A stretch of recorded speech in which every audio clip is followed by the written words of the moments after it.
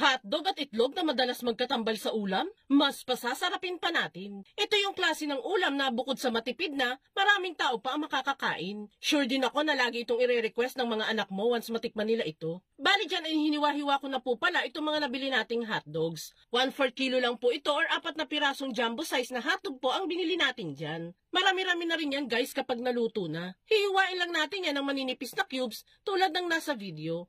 Sunod na natin hihiwain dyan itong medium size na white onion. Pinuhin lang din po natin ang hiwa. Pwede din po kayong gumamit ng pulang sibuyas kung walang puting sibuyas.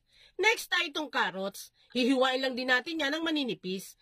And last ay itong mga patatas. Tulad ng sa carrots, maninipis na hiwa din po ang gagawin natin dyan. Pagkahiwa ng patatas ay huwag niyo pong kalilimutang ibabad to sa tubig para hindi mangitim. Once na ma-ready na ang mga sangkap ay pwede na tayong magluto. Dito sa isang pan ay maglalagay lang tayo ng konting mantikang panggisa. Then, saka natin dyan igigisa ang sibuyas hanggang sa lumabas na ang aroma nito. Tsaka natin dyan isusunod ang patatas at carrots. Igisa lang muna natin ito. Pagkagisa ng gulay, isusunod na din natin dyan ang hiniwang hotdog. Igisa-gisa lang muna natin ito ng kahit 3 minutes lang.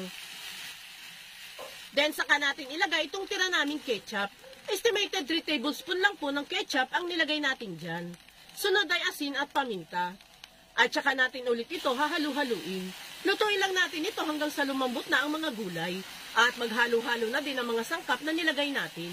At kung hanggang ngayon ay nanonood ka pa, it means na interesado ka sa recipe natin today. Kung sakali pong magugustuhan mo itong niluluto natin, pwede po bang pusuan mo naman itong video natin at mag-iwan ka na din po ng comment na Amazing Hotdog and Egg Recipe. Maraming salamat po! Kapag naluto na ay hanguin na natin yan at palamigin. Tinapat na nga po pala natin yan sa electric fan para mas mapadali natin ang pagpapalamig nito. Kapag malamig na ay magbabasag naman tayo dyan ng 6 na pirasong medium size na itlog. 6 na piraso po talaga yan guys ha. 3 na lang yung napakita ko dito sa video. Then saka natin lagyan ng asin at saka batihin.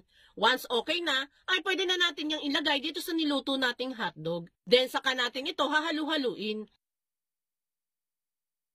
Kapag nahalo na ay pwede na natin itong takpan. Make sure na nasa pinaka-low heat setting ang apoy natin dyan para maiwasan po masunog ang ilalim. Lutuin lang natin yan ng 8 minutes hanggang sa maging firm na ang ibabaw nito at sa tingin ninyo ay pwede nang baligtarin. Pagkabaligtad ay balik ulit natin yan sa kawali at saka ito takpan. Lutuin na lang natin ang kabilang side nito ng 2 to 3 minutes na lang.